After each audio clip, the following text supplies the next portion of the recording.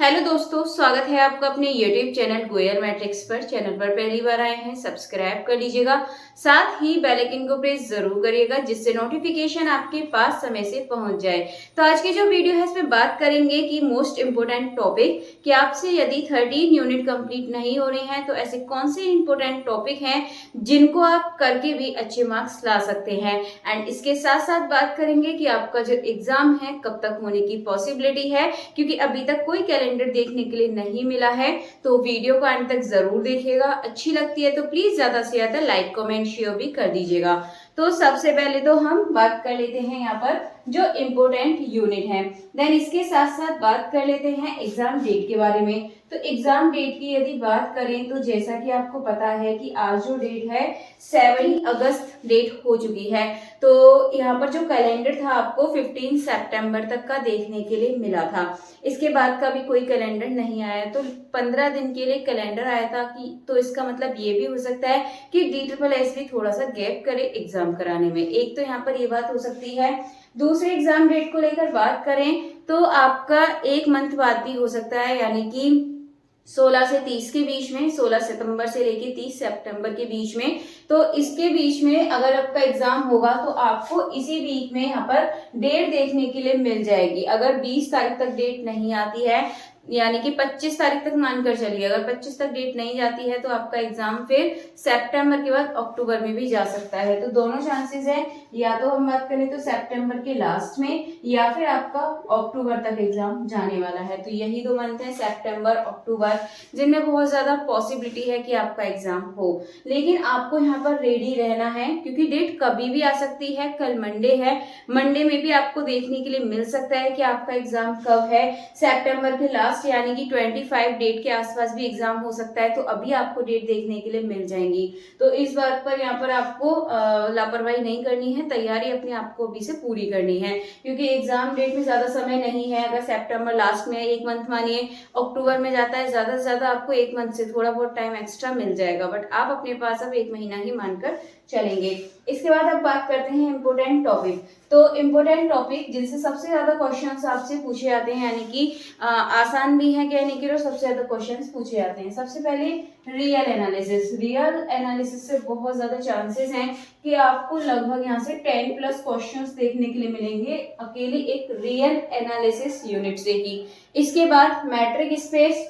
Matric space अच्छी unit है, लगभग 5+ आपको क्वेश्चंस देखने के लिए मिलेंगे। ओडीई की बात करें तो इसमें भी सेम आपको 5 से ऊपर ही क्वेश्चंस देखने के मिलेंगे, यानी कि ओडीई पीडीई इन दोनों का मिलाकर चले तो आपको 10 क्वेश्चन इससे देखने के लिए मिल जाएंगे। मल्टीवेरिएट कैलकुलस से बात करें तो इसमें भी आपको 10+ क्वेश्चंस देखने के लिए मिलने वाले हैं। एंड अलजेब्रा की बात करें तो यहाँ भी, तो ये तो आपके ऐसे टॉपिक हैं जिनसे ज्यादा क्वेश्चंस आते हैं। मैट्रिक स्पेस से लगभग आपको 7 से 8 क्वेश्चंस देखने के लिए मिलेंगे। तो यहाँ पर इस तरीके से आपसे क्वेश्चंस पूछे जाएंगे। और ODE calculus, multivariate calculus, PDE, ये आपके लिए जो सारी यूनिट है, यानी कि 7 यूनिट है, ये आपके लिए बहुत ज्यादा इंपॉर्टेंट है, आपको करनी ही करनी है।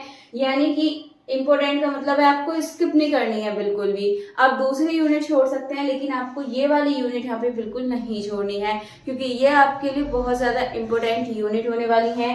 अब इसकी तैयारी के लिए आपको क्या करना चाहिए, जितने भी पीवाईक्यूज हैं, पीवाईक्यूज जैसे कि आपके जो 2021 में एग्जाम हुआ था DSSB का, वो वाले जितने भी पीवाईक्यूज हैं उन्हें आपको करना ही करना है। उससे पहले किस तो कोई मतलब नहीं, क्योंकि इसमें 12th तक का सिलेबस देखने के लिए मिलता था। लेकिन अभी आपका ग्रेजुएशन का 2021 की जितने भी पीवाईक्यूज क्वेश्चंस हैं वो आपको करने ही हैं। एंड इसके साथ साथ ग्रेजुएशन लेवल के हर टॉपिक से जो ग्रेजुएशन लेवल के क्वेश्चंस होते हैं उनको भी आप जरूर करिएगा। ग्रेजुएशन लेवल के जो क्वेश्चंस हैं उनको आपको जरूर करना है। यहाँ पर आपके लिए प्लस पॉइंट होगा यदि आप ग्रेजुएशन लेवल के हर यूनिट के, अगर इंपोर्टेंट यूनिट के अगर 100+ क्वेश्चंस भी सॉल्व करते हैं, यानी कि थ्योरम बेस्ड होनी चाहिए, आपकी थ्योरी बेस्ड होने चाहिए, डायरेक्ट रिजल्ट बेस्ड क्वेश्चन हो, तो आप आराम से यहाँ पर 50+ मार्क्स तो आप इसमें ला सकते हैं। तो आपको मेहनत इसमें करनी है। यदि आपका ये सब्जेक्ट ज्यादा अच्छा नहीं है तो ये आपके लिए यूनिट है जिनको पढ़कर भी आप अच्छे नंबर ला सकते हैं।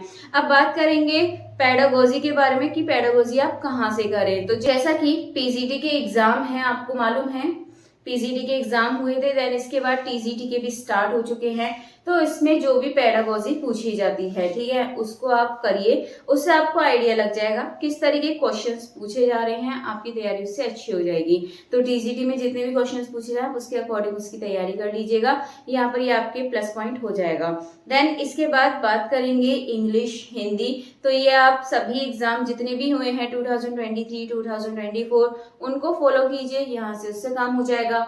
मैथ्स में पैटर्न थोड़ा चेंज हो रहा है, आप देखेंगे तो मैथ्स में जो पेपर 1 की जो मैथ्स है उसमें जो सबसे ज्यादा क्वेश्चंस है वो परसेंटेज से पूछे जा रहे हैं। परसेंटेज हो गया, एवरेज हो गया, वर्क टाइम, इन सब से रिलेटेड ही सबसे ज्यादा क्वेश्चंस पूछे जाते हैं। तो इसकी तैयारी भी आपको करके चलनी है, प्रैक्टिस करनी है, तैयारी से काम नहीं चलेगा, प्रैक्टिस सबसे ज्यादा जरूरी है। बाकी आप मॉक टेस्ट लगाते रहिएगा, मॉक टेस्ट आपके लिए बहुत ज्यादा फायदेमंद होंगे यदि आप लास्ट टाइम पे मॉक टेस्ट को लगाएंगे।